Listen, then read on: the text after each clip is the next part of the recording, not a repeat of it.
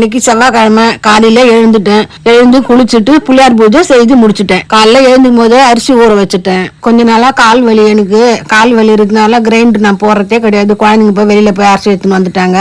இப்ப கொஞ்சம் கால் வலி கொஞ்சம் சுமாரா இருக்கு, நானே ஆட்டி போட்டுக்கிறேன்னு சொல்லிட்டு நான் ஆட்டி போட்டேன் வீட்லயே. குழந்தைங்க போயிட்டு கடைக்கு போயிட்டு காய்கறி எல்லாம் வாங்கிட்டு வந்தாங்க.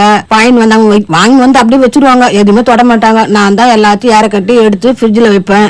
எனக்கு எந்த கடை எங்க இருக்கு என்னன்னே தெரியாது. என் பிள்ளைங்க தான் போய் எல்லாத்தையும் வாங்கிட்டு வரும். நான் வீட்டுல இருக்கிற வேலையை மட்டும்தான் செய்வேன். என் பைரவை கூட்டி என் கூடவே சுத்தின்னு வரும். என் நேரமா அது எதனா வெளியில குழந்தைங்க கூட்டி முட்டானா எனக்கு ஒரு சோன்னு இருக்கும். நான் மட்டும் தனியா இருக்கிற மாதிரி. காய்கறி எல்லாம் எடுத்து ஃப்ரிட்ஜ்ல வச்சுட்டு வந்து மணி 6 ஆகி போச்சு. அப்புறம் வாசல்ல உள்ளெல்லாம் விளக்கு ஏத்திட்டு சாமி கும்பிட்டுட்டு காலைல ஆட்டி போட்ட மாவு பார்த்தேன்.